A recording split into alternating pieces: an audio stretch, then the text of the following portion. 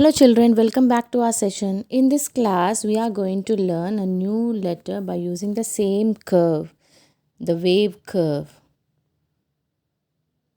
This is the small wave curve. By using this, we'll write one more letter and that is W.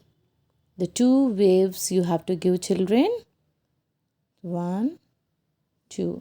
Here for this, the ending curve should be on the top like that. Okay? Start the curve on the blue line, go up till the blue line, down, up, and the ending curve.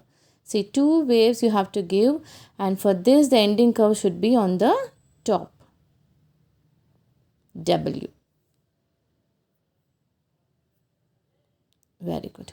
And now we will write how to write a joining W's. Now start writing W. Two waves. And here on the top you will give the ending curve, right? By using the same curve, that ending curve, you have to start the letter on the top itself.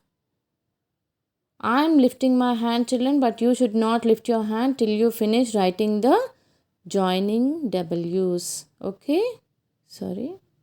Yes. Now practice this for whole page.